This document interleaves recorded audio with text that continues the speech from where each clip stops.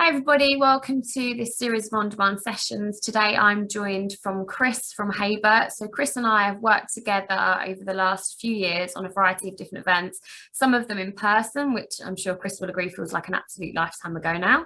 We've also done some live events on Zoom, and today we are giving a go at creating some on-demands, all related to social media. So as mentioned, Chris is the owner of Burt. And Burt, if I'm saying this correctly, correct me if I'm wrong, Chris, company ethos, easy for me to say, is do work that your mum would be proud of. Absolutely. With a wide range of clients ranging from one-man bands through to multinational organisations and businesses. Chris has a whole heap of experience in working on social media. So as mentioned, this is a three-part series. So I will run through what those three ones are, and then I'll say which session that you're watching now. So we have social media, how it works and how to make it work for you, which I think lots of businesses will be dying to find out how it works and how they can make it work. We've then got how to get the best out of your social media channels. And then we also have how to generate content. So the session that you're listening to now is the social media, how to make it work and how it works. So Chris, I will leave it to you since you are an expert in this field. Self-proclaimed. Okay, perfect. So thank you very much. Yeah, so we're going to look at two kind of separate areas. The first one is how social media works. And when we're done with that, we're going to take a look at the kind of things that you can do to, for want of a better expression, manipulate that system to get the most out of it. So social media platforms all work on what's called an algorithm. You've probably heard the term before. The algorithm is the way that those social media platforms score content, and the higher scoring content is then delivered to people that it's relevant to. So for example, my Instagram search feed is full of kittens and rugby tackles and coffee. They're the main things that I look at when I'm on that platform. So Instagram's algorithm will serve me more content based on those things because it knows that I will look at that content. And there's a very, very specific reason for that, which is money. The more time we all spend on the platform, the more money these platforms make, because their main source of income is through advertising. So in the first quarter of this year, Facebook turned over something ridiculous like 30 billion in advertising revenue. So what we're doing as marketeers is we're trying to utilize that system to our advantage by understanding firstly what the algorithm does, and then how to kind of put that in front of our people. So the algorithms work on a couple of kind of core things: relationship, time, content type, and content, let's call it category. So the relationship is, if I interact with your brand and your brand interacts with me, I'm more likely to see your content as opposed to another business who I maybe follow but don't interact with their content. So that's how relationship works. And that relationship can be defined as if somebody comes to a profile, that technically kind of ticks a bit of a box in that relationship field. If they follow you, that ticks a bigger box. If they follow you and they like a post, it's an even bigger tick. If they follow and like and then comment, it's an even bigger tick. Follow, like, comment, you comment back, they comment back, huge tick. So the stronger that we can make these relationships, the more effective your content becomes, because it gets served to those people more often than other content, even if the content was the same. So two pictures that are exactly alike, I interact with the brand that posted this one, and I don't really interact with this one. I will see this content before I see this content, because the platform knows I'm more likely to spend more time on this one than I am this one, meaning they make more money effectively. So that's kind of the first one. The relationship's really important, and we'll go on to later in this and in another one of the on-demands as to kind of how to increase the amount of time people spend on your account. So time, whilst I'm a huge believer of good content will kind of outlive bad content, there is a time factor. If your audience is awake at 2 o'clock in the morning UK time, that's when you should be posting. There's no point in posting at 9 AM because they're not there. Your Instagram accounts and all of your other accounts will give you insights into when your audience are online. So are they most online on a Monday, Tuesday, Wednesday, between 9 a.m. and 10 a.m. and then again at 5 until 6. The key with timing is don't get bogged down in it too much, because like I said, good content will always outlast bad content. And by good content, we mean content where you have a relationship, it's relevant, etc. Lost my train of thought just there.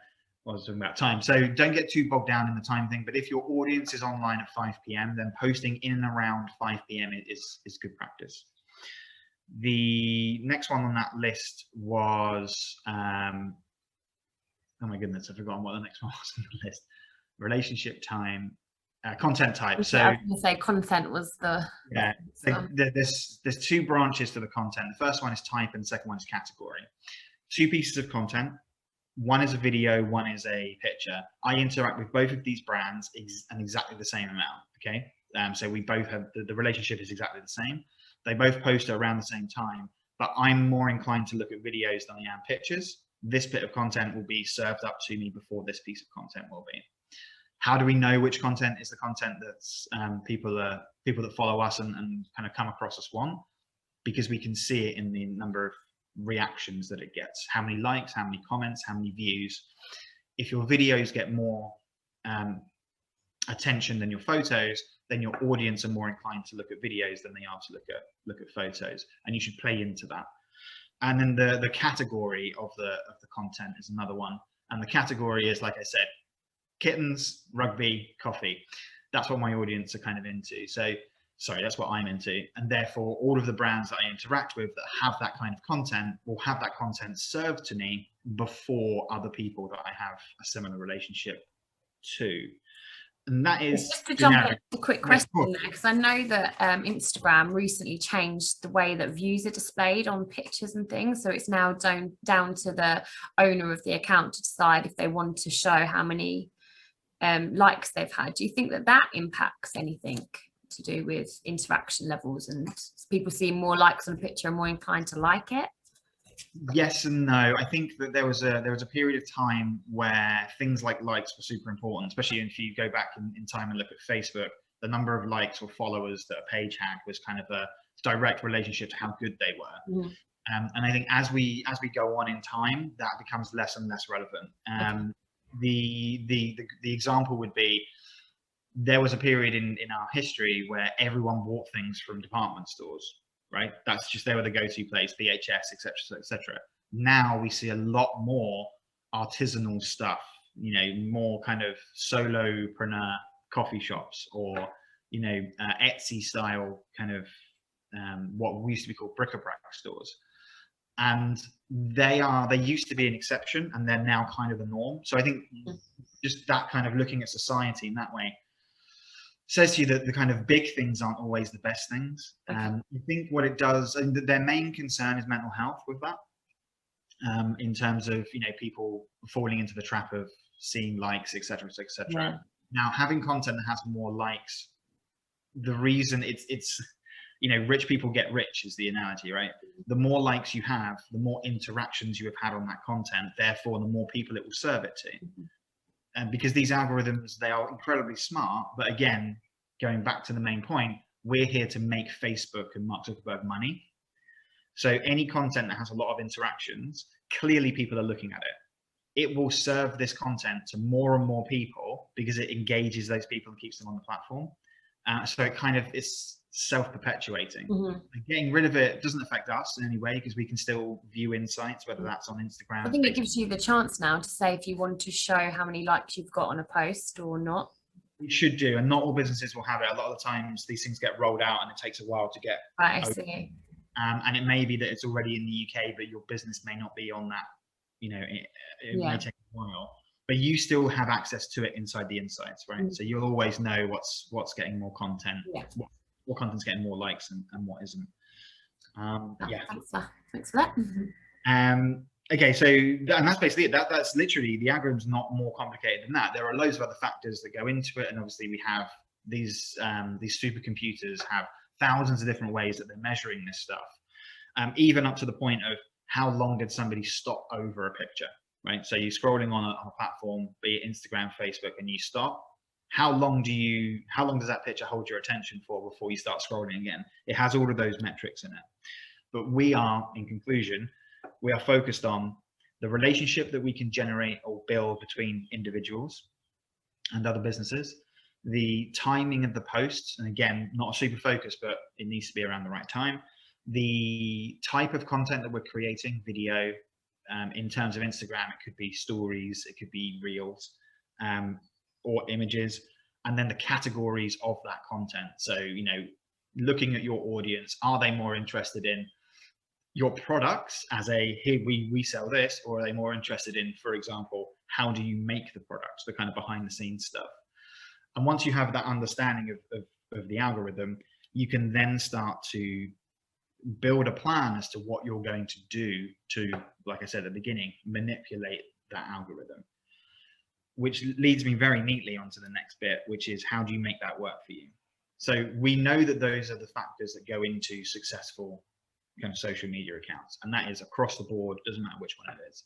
So what can we do to get the most out of that? So the first one is, and it's always going to be the first one, post consistently.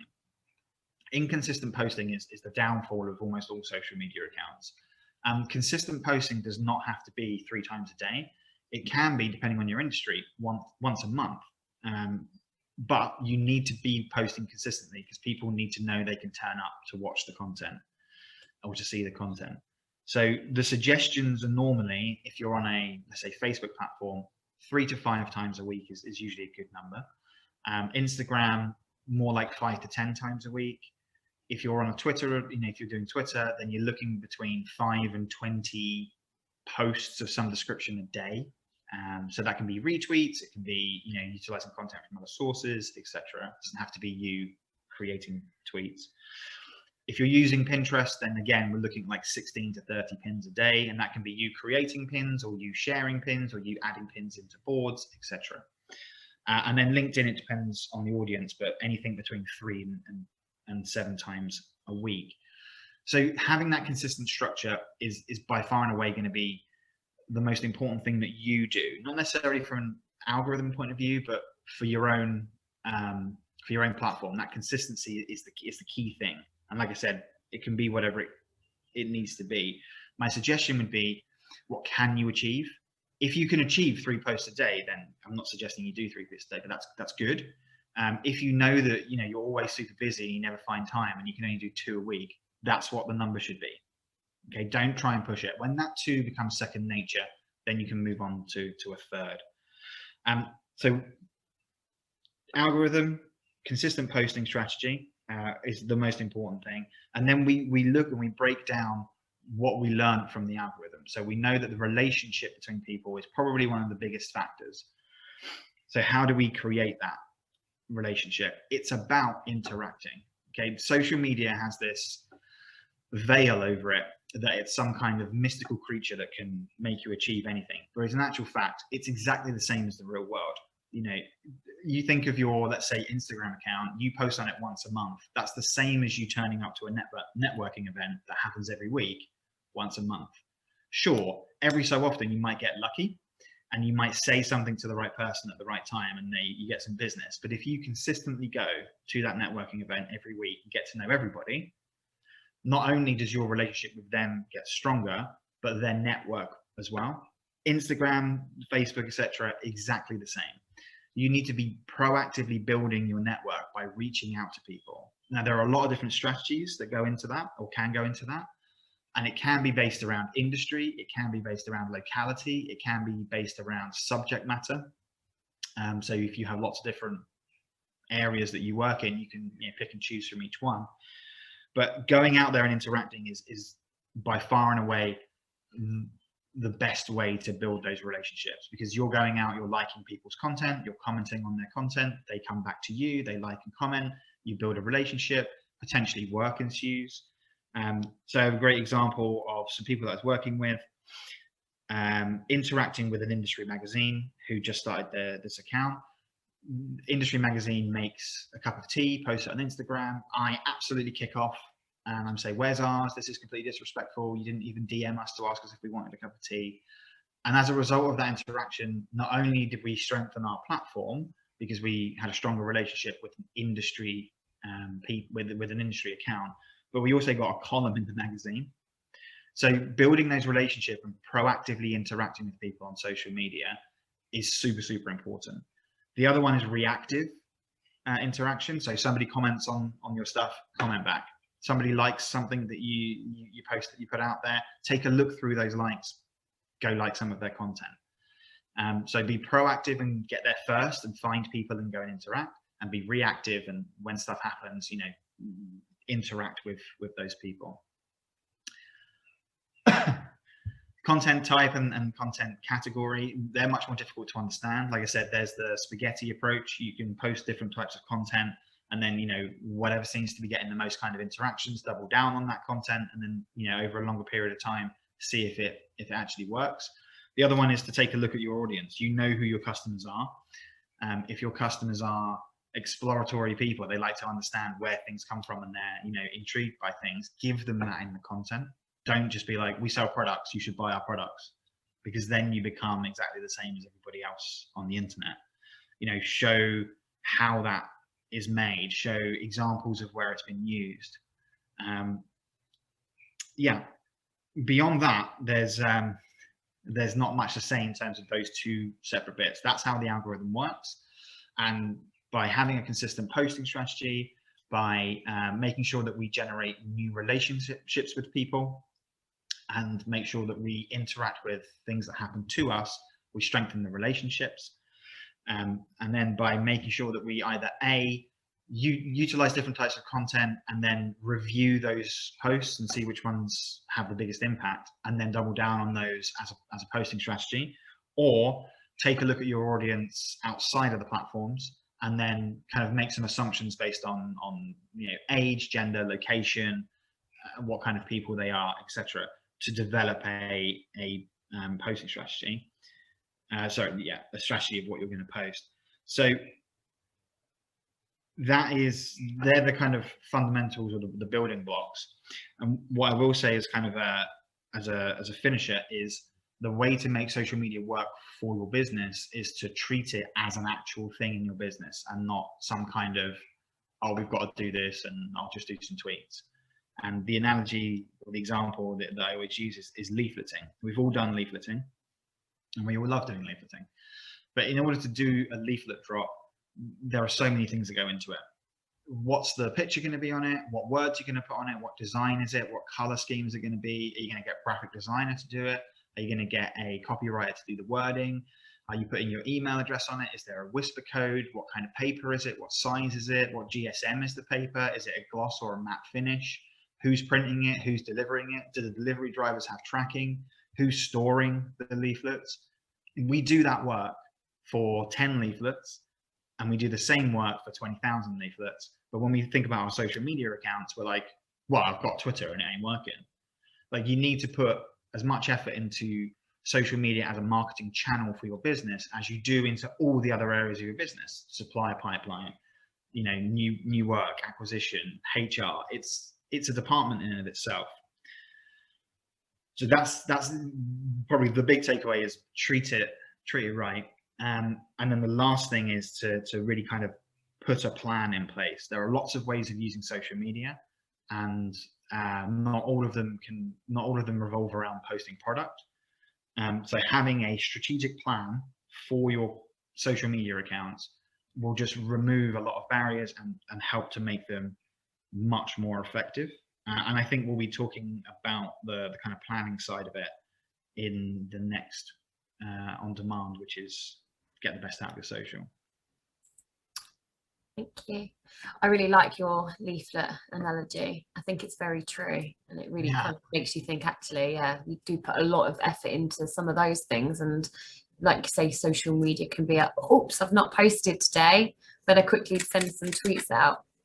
Yeah, I mean, having a house that smelled like ink for weeks, because I had 10,000 brochures in my house, that's one of the reasons why it's in there. Okay, yeah, it's quite a strong smell. It is really strong. Yeah, so and unless there's any questions you can think of that.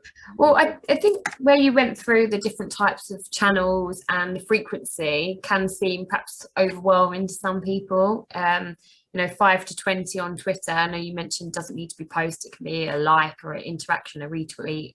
Or I don't think we said a like. It could be a retweet or any kind of engagement in that sense. But if a business is established or looking to start up, whatever part of their journey they're at, I'm assuming your answer would be don't have all channels at once. Absolutely not. What would you kind of suggest is the best thing for? Not enough for me to do one channel for a business, and it's my job, right? I don't understand when I go to people's websites and I see Facebook, Instagram, Twitter, LinkedIn, Pinterest icon. I'm like, wow, how many people do they employ? That's to do that. And yeah, I'm a huge fan of don't half thingy two things. Half, Jack of all trade, master of none. That's a much more people anything I was going to say. Yeah. So I would say that it's a cliche, but it's entirely dependent on the industry and the platform, right? If I was going to choose, if you said, Chris, there's a gun to my head for whatever reason that seems excessive for social media, but there's a gun to my head, and you're like, all businesses can only use one platform. What is it? I would say Instagram. Oh, interesting. Why? I would say Instagram because it gives you the most versatility in terms of content that you can create. The reels, the stories, the posts. You've got Instagram stories, which is its own social media platform in its own sense. Yeah. You've got Instagram Live, which then links into stories. You've got the archive stories and templates that way. You've got reels, you've got feed posts, you've got video. You've got tons of location penetration through the stories using geotags. You've got a variety of search terms you can add in via the hashtags. It's really easy to interact with people as a business. The analytics that you get from the platform are really good. In short windows, you do 7 days and 30 days, so you need to constantly keep on top of it. But it's really easy to kind of do that. The content is fun to create. You don't have to go down a particular avenue. You can literally, if your business or somebody in your business has a dog, your entire Instagram account can be about the dog. Like, that's the beauty of that platform, is it gives you a lot of versatility in terms of content creation. If you had a gun to my head and you're saying there's only one platform you can choose. Do you think people, I know we probably may touch on this a little bit more in the content section, but do people tend to search via hashtags these days, as much as they did previously? It's not so much that people search via hashtags, it's that hashtags are search terms. So when people are searching in, let's say, Instagram, the platform itself is suggesting hashtags that have the words in it. Okay. And when we talk about getting the best out of them, and probably content creation as well, we'll talk about the structure of a hashtag and what they do. But yeah, I would definitely double down on the platform. It does, there are variances between each one. Twitter's very much B2B, and good for that kind of good for building up authority, in an industry. Facebook is much more like a yellow pages. Facebook's actually the weakest of the platforms, in my opinion, in terms of business using pages. But if you were in a creative industry, yes, Instagram would be your go-to because it's the most popular, but Pinterest may also be an option as well. So it depends on the industry. And I don't want to jump the gun because I don't know if we may be covering this in content. So if we are, then I'd suggest the watchers jump over to that. But in short, paid or just organic content, I know a lot of this, sponsor this post or pay for this. In your opinion, what do you feel around kind of that? I would love to sit here and tell you that an organic posting strategy is the way forward, but it's not, and it's not a case of one or t'other. And again, if we use an analogy from kind of, call it old school marketing, it's not really that old. You wouldn't just do a leaflet drive. You would do leaflets, you'd put an advert in a magazine or a newspaper, you'd go to events, you'd do seminars, you'd go to all these different things. And not one of those is the right one, all of them are. So you can just double down entirely on organic and it may have an impact. You can just go entirely paid and not do the organic and it will have an impact. I think for most businesses, a blend of both is going to be the right answer. Facebook owns Instagram. So when you're doing adverts, it's Facebook and Instagram. and it is one of the most powerful advertising platforms on the planet and has been for a while because of the data they have on people and the way you can target. That being said, none of that really matters if you do bad ads. Yeah. So there is no one size fits all. My personal opinion is that, and there's impacts on each one. A good organic strategy and a good organic follow through has a positive impact on your paid advertising. It actually makes it cheaper because the platform knows that your account is a solid account, and the paid can assist you building organic. And I think blending those both together is the right way. Unfortunately, what needs to happen is businesses need to take it seriously and to actually have a strategic meeting about it. Mm-hmm. And if you don't do that, then you end up doing the kind of spray and pray approach, which is, I'll do an ad, I did 20 quid and I got 10 new leads, and you do another 20 quid and nothing happens. Mm-hmm. Well, ads don't work. Facebook and Instagram advertising is its own strategy in its own right, with initial creation, custom audience creation, retargeting audiences, lookalike audiences, dropout audiences, similar to the kind of MailChimp, non-open resends. There's so much that goes into it, and the structure of it is a continuation. There is no, I do an ad and it finishes. It should be, you start an advert and overlapping on that advert is another advert, and overlapping on those two is another advert, etc. So when the thing that annoys me when I listen to most podcasts is understanding that each one of those is a campaign, and each campaign should cost you a minimum of 150 quid a month. So with what I would consider to be basic Facebook advertising strategy, you should be looking at somewhere around £500 a month in actual ad spend to create this audience here. That's your initial driver, your leaflet drop, as it were, to have an advert sitting here that are the people that look like the people that interact with your advert, and then another advert here that is your kind of sales funnel. Mm-hmm. Those three things should cost you at least £500 a month. Mm-hmm. And businesses just don't, 9 times out of 10, are like, well, I thought 100 quid was going to be a good budget. Mm-hmm. Yes, it is if you want to achieve little or have kind of up and down results. We want consistent results over a long period of time. Sorry, I went off. No, that's good. So is there anything else that you wanted to cover off on this particular topic, or are you ready? So we're going to record the second session now, unless Chris has anything to add, which is about getting the best out of your social media channels. So if you have enjoyed this on demand, then you'll find the second one and the third one on the Knowledge Bank as well. So anything else you wanted to add to this one, Chris, or you? I think there's a lot of information there. So yes, there's a lot of information. I'm sure people might want to pause and rewatch, have it on in the background while they're on their social media channels. They talk so fast. Yeah. Super. Okay then, thanks, Chris. Speak in a second.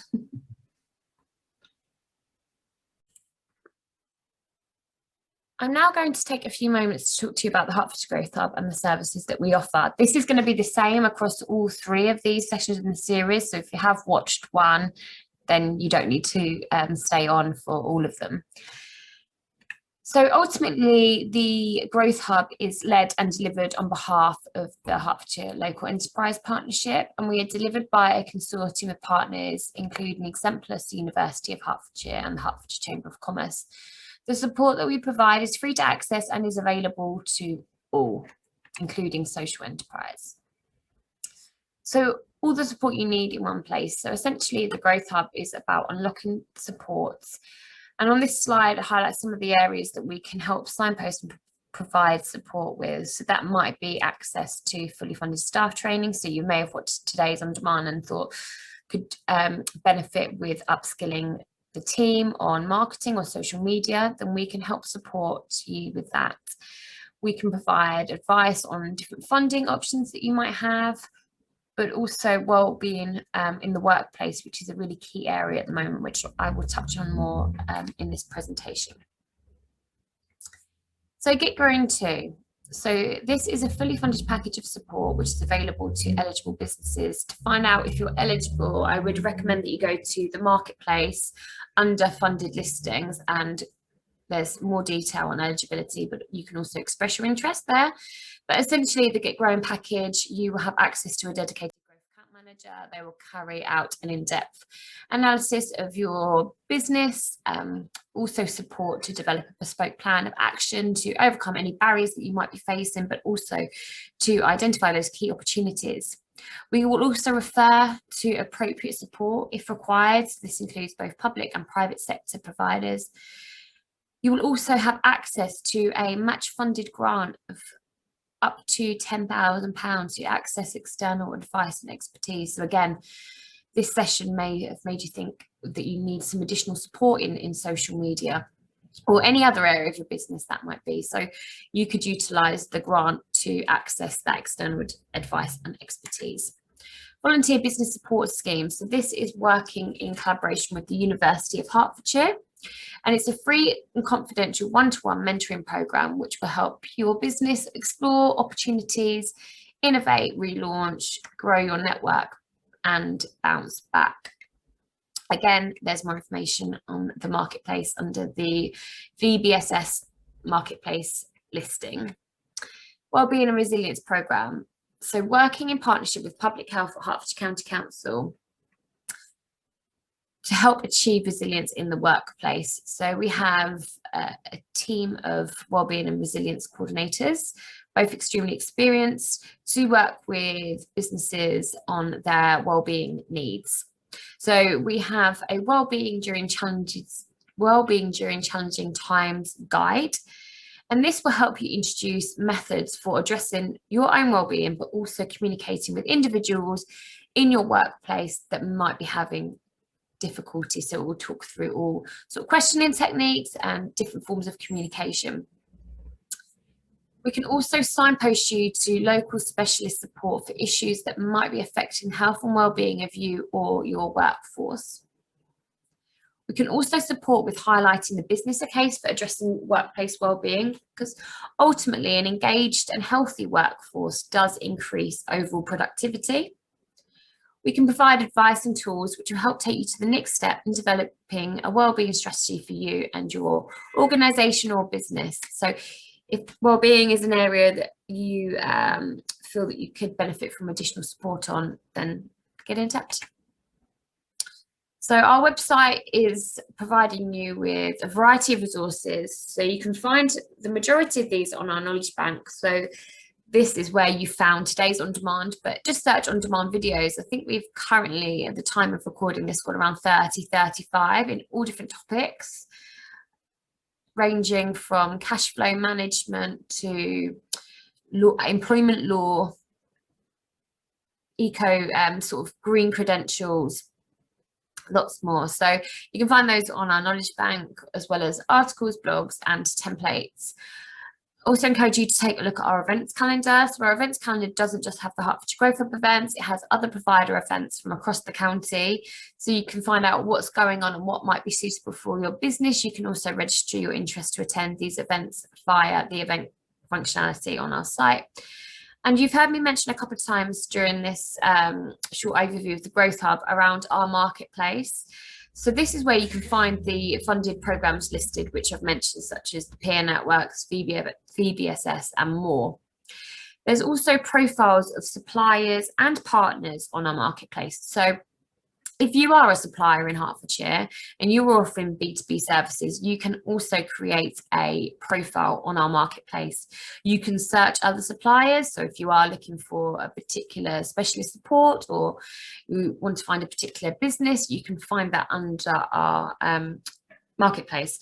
And I just want to emphasize here that I touched upon the Get Growing grant.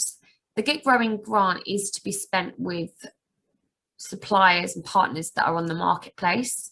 So I would encourage you to take a look at those suppliers, but also if you feel that you could become one, to create a profile on there as well. Thank you for joining us today.